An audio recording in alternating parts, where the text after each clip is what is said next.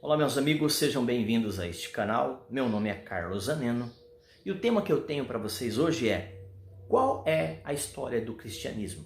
Mesmo já tendo esse assunto no canal, eu quero trazer de uma forma bem breve e de uma forma que você possa trazer, que você possa refletir comigo, tá bom? Se você não conhece, entra neste canal, se inscreve, toque no sininho de notificações e você pode deixar no rodapé o que você achou. Se você tocar no sininho de notificações, a plataforma lembra você dos próximos vídeos. Já são mais de 400 no rodapé o que você achou, até uma sugestão de vídeo. Rapidamente comigo, não vamos perder tempo. Bora lá? Qual é a história do cristianismo? Bem, a história do cristianismo é, na verdade, a história da civilização ocidental, diz aqui o estudo. O cristianismo tem tido uma influência marcante na sociedade como um todo. A arte, a linguagem, a política, a vida cultural, familiar, datas, músicas, pensamentos, filosofias, influências cristãs, quase nesse período de 2000 anos, nós vemos aí uma mixigenação amalgamada, uma mistura completa de todas as coisas, principalmente dentro da cristandade. Depois você pesquisa o que é cristandade, tá bom? É diferente do cristianismo bíblico, tá certo? Já tenho isso no canal, caso você queira conhecer. A história do cristianismo, ela teve o início, né? O início da igreja, nesse estudo aqui, ó, a história do cristianismo, o início da igreja. Então, a igreja começou 40 dias depois da ressurreição de Jesus Cristo. Na verdade, se você for procurar saber, Atos 2, Atos dos Apóstolos 2, em diante, começou ali a igreja. A igreja começou com uma festa de Pentecostes, tá certo? Lá em Antioquia, onde o Espírito Santo pela primeira vez realmente formou a igreja. Marcou os santos, aqueles que haveriam de ser salvos até os dias de hoje. Aquilo ao qual Deus já havia planejado, proposto, feito antes da fundação de todas as coisas, ok? Então vamos lá. Então, vemos aí 35 DC ou 35 a 40 depois de Cristo, Jesus tinha prometido que iria construir a sua igreja. Em 35 DC, Jesus diz que iria construir, formar, dar vida agora, de fato, porque a igreja não existia. A igreja passou a existir, de fato, teologicamente falando, Atos dos Apóstolos 2. Nos evangelhos, Jesus estava preparando, dizendo como seria, falando para o judeu, tá certo?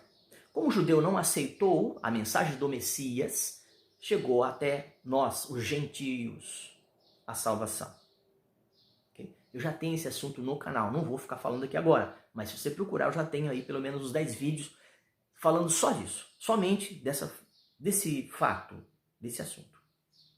Então, vamos lá. Então, Jesus tinha prometido que iria construir a sua igreja, Mateus 16, 18. Ele estava dizendo, ele estava ensinando o que ia acontecer após a sua morte. E com a vinda do Espírito Santo no dia de Pentecostes, Atos 2, 1 e 4, eu já até adiantei.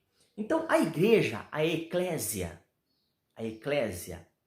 de Deus, que significa assembleia, isso no grego, no latim significa eclésia, sair, literalmente sair para fora. Então a igreja é sair, não é ficar dentro. Se reúne como uma assembleia, no grego koiné. Se alguém aí quiser deixar nos comentários que não concorda, pode deixar, não há problema não. Eu vou observar com carinho a sua discordância ou a sua pontuação, né? A sua observação, tá? Então, eclésia ou eclesia é, no grego, que é escrito a maior parte ou quase toda, né? Novo Testamento é escrito no grego koiné, tá bom? Então, é assembleia, reunir, congregar, tá? Mas no latim tem esse formato de sair, ide, sair, para fora, ok?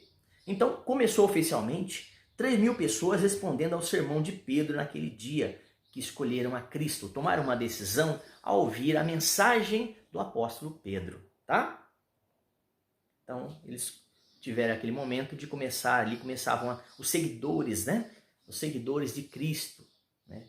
A partir daquele momento, começaram a ser conhecidos como cristãos, seguidores de Cristo, etc, etc e tal. Então o cristianismo estava começando ali. O novo convertido, ou os novos convertidos ao cristianismo, tanto judeus como os prosélitos no judaísmo, eles naquele momento era localizado ou viviam a maior parte ao redor ou em Jerusalém. Tanto o judeu, né, o gentio ao redor, e os prosélitos, que não eram judeu, mas era convertido ou eram convertidos à religião judaica. Por causa disso, o cristianismo foi visto da primeira vez, ou na primeira vez, que se parecia com fariseus, saduceus, essênios. O tipo de culto era parecido. O formato, mas não a essência. Não a essência. Porque agora era Cristo. E não mais a lei mosaica. E não mais os ritos. E não mais os templos.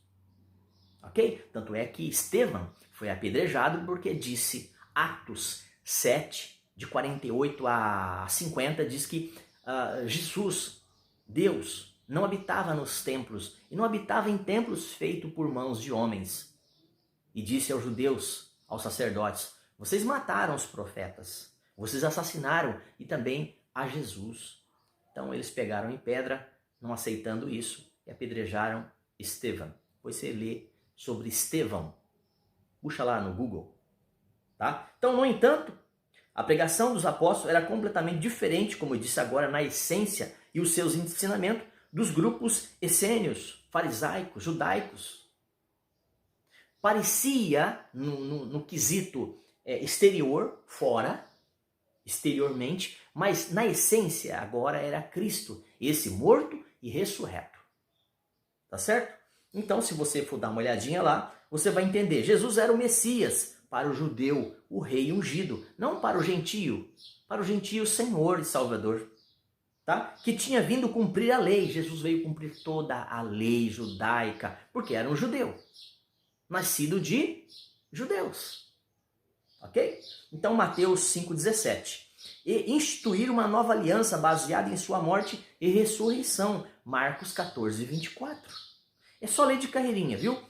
É interessante que você esteja lendo. Essa passagem, como outras também, como a questão da acusação que tinham ali tido por eles, enfureceram os judeus. Lembra que Estevão disse, olha, vocês mataram, vocês assassinaram o sumo sacerdote, o Messias, o Salvador. Lembra que eu disse um pouco atrás? Tá? Então eles ficaram muito bravos. Tá? Olha que interessante. Alguns, como Paulo de Tarso, fizeram algo para exterminar o caminho. No caso, era Saulo, Paulo. Tá? Mas isso tem uma questão, uma mudançazinha aí, apenas do grego, do latim. Tá? Então, Saulo e Paulo é a mesma coisa, tá bom? É questão só do grego, latim. Beleza? Então, Atos 9, de 1 a 2. Dá uma olhadinha, é importante. Se você não ler, você não vai entender o contexto. É certo dizer que o cristianismo tem suas raízes no judaísmo? Sim e não. Né? Você tem que saber distinguir o velho do novo, tá certo? O Antigo Testamento preparou a fundação para o Novo. E é isso que muda tudo na questão do cristianismo e o judaísmo. Por fora, parece, mas por dentro, na essência, não.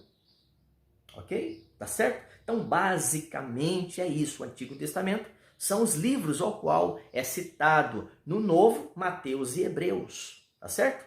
Então, o Antigo Testamento explica a necessidade de um Messias desde o Gênesis. Desde o Gênesis. Porque Jesus, Deus, o Pai, Espírito Santo, as três pessoas, já haviam escrito esse enredo. Ok? Eu tenho isso no canal, então por isso depois dá uma procuradinha. O Novo Testamento, então, é sobre a vinda desse Messias, esse Senhor e Rei, que trouxe para nós um benefício de salvação. Em sua vinda, cumpriu todas as mais de 300 profecias específicas, provando que, de fato, ele era o Messias antecipado. Ele era aquele que veio dito pelos profetas do Antigo Testamento, principalmente os profetas maiores, Isaías, Jeremias, Ezequiel, Daniel e vá, ok? Em mais ou menos 70 DC, ou 70 depois de Cristo, Jerusalém foi destruída, quebrou o último templo. Para o judeu isso era uma loucura. Assim como para o crente de hoje. Para o crente de hoje, para os evangélicos, entre aspas, não conseguem entender fora de um contexto religioso, não conseguem entender a Cristo, não conseguem entender o cristianismo fora de uma placa, fora de um reduto, fora de um prédio, não conseguem entender. O judeu também não conseguia entender isso, até hoje não conseguem entender. Tá bom? Eu já tenho esse assunto no canal, procura lá. Então vamos aqui esticando a história do cristianismo, a ascensão da igreja romana. Então aí, a partir destes momentos, então adiante que Jesus morre ascendido aos céus. E vai entender ali que Constantino trouxe toda sorte de males para com o cristianismo. Misturou o cristianismo com o paganismo, agnosticismo. Tá? Então assim, trouxe o Deus Mitra para dentro. Olha, é uma loucura, tá? Mas precisa estudar. Estuda lá sobre o Deus Mitra. Estude lá sobre Constantino, eu já tenho no canal, mas dá uma olhadinha. Então nós vemos aí os cristãos agora romanizados. Se antes era a Igreja Católica Apostólica, agora era a Igreja Católica Apostólica de Roma. O Estado fundiu-se com a religião. E aí, deu no que deu até os dias de hoje, tá bom? Então, a partir de 1500, houve os reformadores, Lutero, Wycliffe e outros mais, que tentaram, de alguma forma, tirar aquilo que estava sobejando, que estava demais da conta. E as 95 teses, ele formalizou e pregou ali num cartaz, numa das igrejas, ou na igreja principal de Wittenberg, se é que eu posso citar, se alguém tiver o nome correto aí. Eu acho que é Wittenberg, tá? Depois dá uma olhadinha aí. Então vemos aí agora o cristianismo sendo oficializado por Constantino. Então essa mistura, esse acontecimento, essa origem ocidental e as orientais trouxeram ali para Roma de uma forma mais contextual, criando ali um papado, os bispos, tá bom? Então nós vemos tudo isso acontecendo. Então a igreja ali oriental, grega, localizada na Constantinopla, não aceitou isso, houve uma divisão nas questões teológicas, políticas, culturais, artísticas, filosóficas, procedimentais, linguísticas. Tudo isso contribuiu para as mudanças dentro dessa religião agora, tá bom? Então, a partir de 1054, a questão da Igreja Católica Universal, se diz Católica Universal, ela se tornou ali, basicamente, abraçando todos os laços, abraçando todas as questões do Estado e todo o paganismo pelos imperadores romanos ou pelos amigos de Constantino, tá? Então, devemos entender que a igreja, ela teve uma idade bastante complicada, a Idade Média foi bastante complicado, onde houveram toda sorte de supressões, lideranças, mortes, as cruzadas sangrentas, as raras tentativas de repelir os muçulmanos e libertar Jerusalém. Então, podem pesquisar aí sobre essas sangrentas batalhas das cruzadas, são cruzadas católicas, tá? Então, aí vem a reforma, trazendo as mudanças políticas e teológicas. Dentro dessa reforma aí houve, a partir de 1517, um monge alemão, Lutero, que confrontou a igreja, trazendo aí uma reforma, tá? Ele não aceitou, juntamente com Wycliffe e outros mais, 8 ou 10 reformadores aí, dentro dos monges católicos, que viram que estava fora do normal, a coisa tinha desandado mesmo, e eles não criam dessa forma, e foram buscar nas escrituras e não batia. Então, a partir daí, houve a Era das Missões, 1790 a 1900, tá? Todos os trabalhos missionários, colonizações, missões, industrialização, dinheiro, tá certo? E aí começou a se enviar dinheiro para se estabelecer o evangelho, as missões, tá certo? Então, chegando aí a igreja moderna, vemos aí essas reformas, o luteranismo, o anglicanismo, as igrejas antigas, neopentecostais, pentecostais, reformadores, igrejas históricas, e aí vai. Eu queria que você estivesse dando uma lida a importância da palavra que habita em vós abundantemente. Colossenses 3:16. Então, para você não ser enganado, a Bíblia, a palavra de Deus, ela tem que abundar, ela tem que estar muito forte dentro do seu coração. Colossenses 3:16. para que você não caia nesses ensinos e nesses engodos que foi deixado pelo cristianismo chamado de cristandade ou cristianismo paganizado, essa mistura mística dentro desse mitraísmo, né? Então essas alterações que a igreja vieram estabelecer até hoje, uma mudança muito grande. E não é uma mudança para melhor, é uma mudança para pior, porque não houve mudança para melhor. Então hoje só existe duas igrejas. Não existe mais que duas igrejas, existe uma igreja. Melhor dizendo, duas igrejas.